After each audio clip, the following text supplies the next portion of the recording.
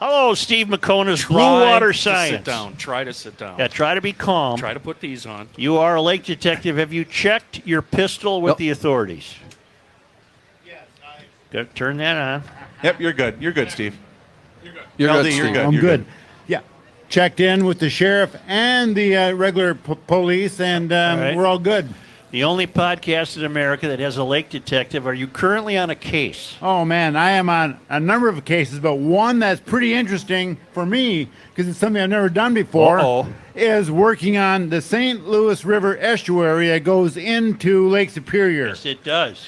And we are looking at larval fish community structure Oh. in these back bays. This DNR has spent we've spent a lot of money. There's been $200-300 million to restore these systems.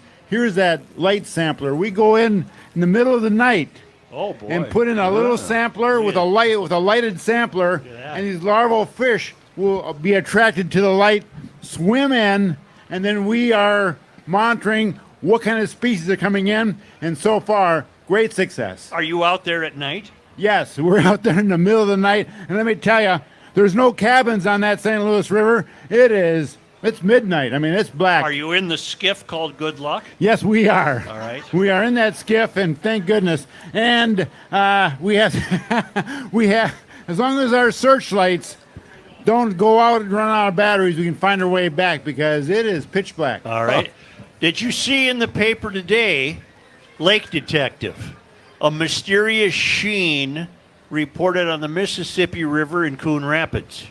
I did not see that. It was but The Minnesota Pollution Control Agency Mm-hmm. said a sheen was reported Tuesday afternoon at the Highway 610 bridge and another yesterday morning at the West Coon Rapids Dam Mm-hmm. Regional Dam. And we don't know what the sheen is, but I'm going to trust. Let me see if we report what the sheen I know what it is. Well, of course you do. Crews on the site, Lake Detective. Crews on the site deployed booms to divert the sheen away from city water intakes. Classic. For Minneapolis and St. Paul. Communications manager Michael Rafferty of the MPCA said in a statement they also gathered numerous samples from the river, and the Minnesota Department of Health is analyzing those samples. Results are expected today. Do you Why want don't the you answer? beat them to the No, I'll give you the I have answer. an expert no, here. I know what the answer is because I was just there on my pontoon. Oh. It's my two-stroke motor. well, He left a Everywhere I trail. go, there's a sheen. Yep. The Exxon Valdez was here. Yes. when it's a floating sheen, more often than not, it is some type of an organic compound, and typically it's probably going to be gas or oil. And here's what happens: 1 ounce ya. of gasoline can cover a 1 square mile of lake surface area. Boy, because don't it's a we know that. It's a monomolecular surface. It's a very, very thin layer. It can stretch out a wide, wide area. And you know you're getting a serious answer when the lake detective stands Well, up. he always stands up to answer the question. You've given me a deep thought. In all seriousness, how is it that lakes have survived? Let's take just White Bear and Minnetonka, 2 local recreational lakes. How is it that in 1955, just to pick a year, hundreds and hundreds and hundreds of outboard motors leaked a sheen of colorful gas in the water? That's right. It didn't have any long-term effect. Well, Or did it? He's standing up. Here's the answer. and here I think is why. Gasoline and oil basically are very simple hydrocarbons. Oh. They don't have a lot of benzene or other potential contaminants. Yeah. So those hydrocarbons are basically food for the microbes. They're gobbled up.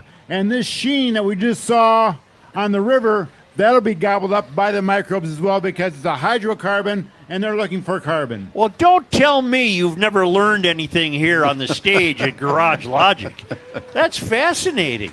Okay. That is fascinating because the water's as clear today as it was 100 years ago. That's right. Yep. Microbes are and one other thing. Those microbes are always carbon limited. So if you add, they'll gobble it up.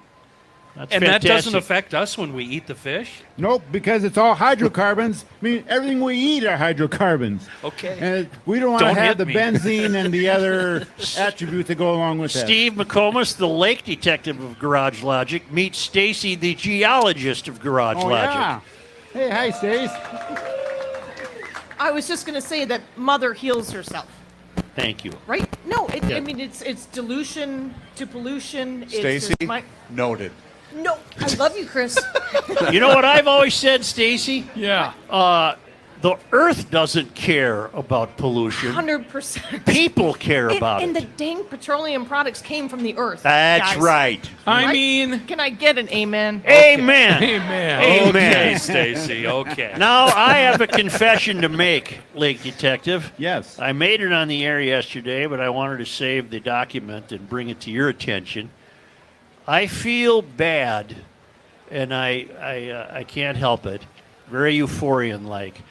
I feel bad for the fish in the DNR fish pond.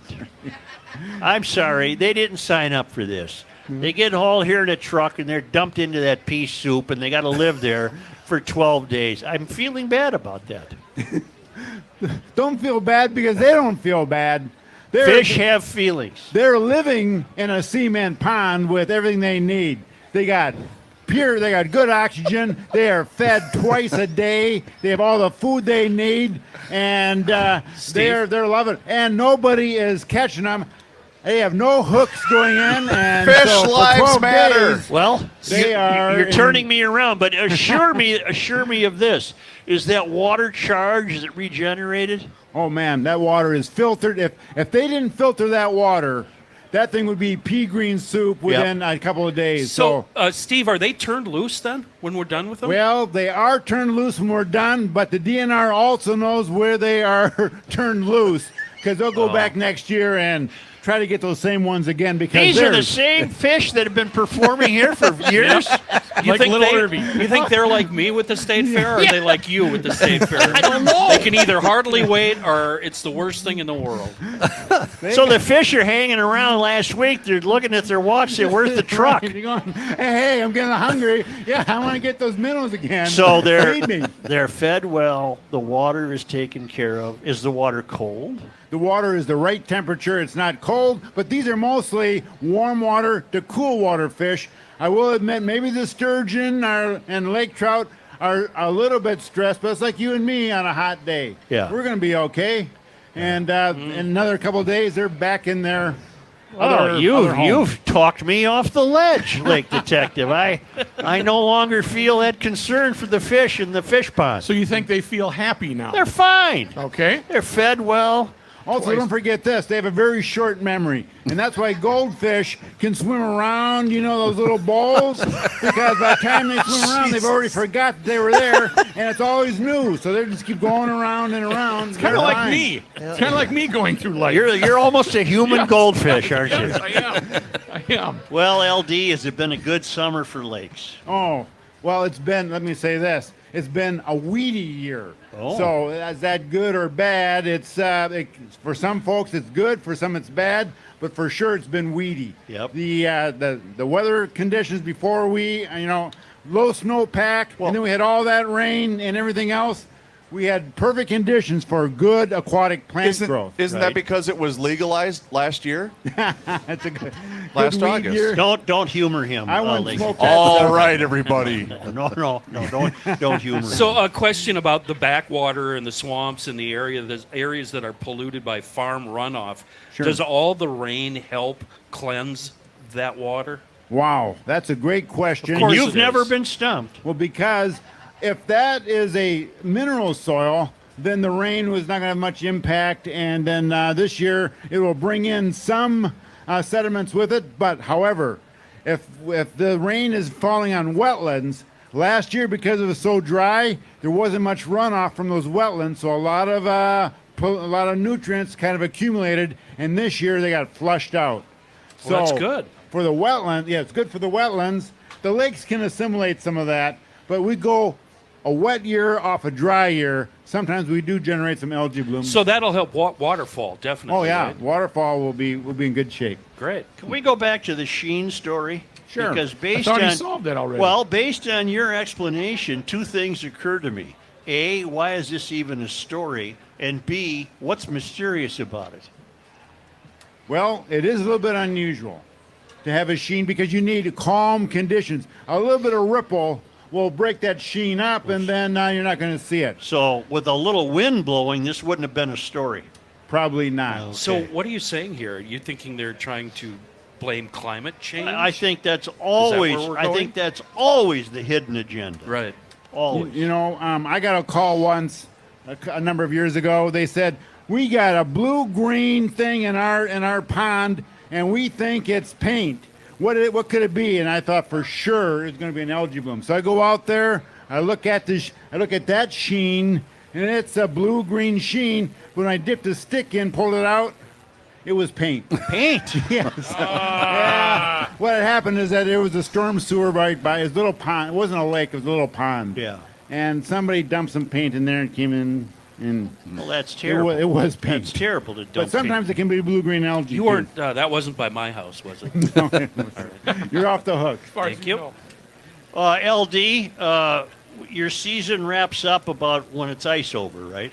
Yes, we're gonna be diving. In fact, last year we were breaking ice to get in and do our last dive. So it's always a little bit uncomfortable, but it's always fun. Right. And then you take the winter off, you put your feet up on the desk, and the long-legged blonde works the desk out front. She goes through the files. She is organizing, and she also, she's filtering all our calls. I understand.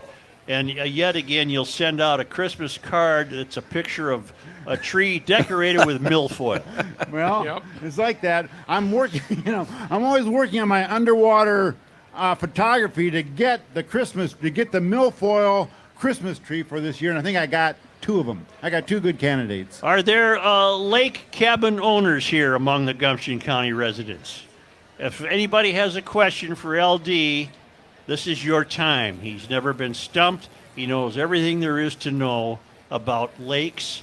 And what are we worried about? The little teeny snails, what are those called? There's some mud snails out there. No, There's- not snails. What am I thinking? zebra. of? Mussels. Zebra Oh, mussels. zebra mussels. How are we doing in the fight? The zebra mussels are they're win some, you lose some. But here's the thing, like Tracy was saying earlier, Mother Nature has a way to come back, and she's always neutralizing things to a degree. So zebra mussels come into a lake, sometimes they really explode, but after 6 or 7 years, they settle back down to an equilibrium level. You know what's happening? Fish are figuring out how to eat them. You know, Really? Yeah. I doubt the seriousness of that answer because he sat down. He didn't stand up. I Yeah, was thinking the just- same thing. He Yeah. sat down. Steve, how long can they live out of water? They can live about a week or 10 days out of water. So that's why we got to be a little bit careful about transporting them from one lake to another because some plants can't live much longer than a couple days out of water. So I don't have to clean my pontoon then, right? It's not going back in till next summer. You're okay. You're good. All right, thanks. Can I get a note for the DNR? You're already hauled out for the winter? Yeah, I'm done. Yeah. Well, that's silly. You got 2 months left of Fall is here. boating season. Fall No, activities. no, we got Fall, the is Oh, it's going to summer- be the- 95 Sunday right here at the fair. Yeah. Fall has Put that arrived. thing back in the water. We ain't done yet.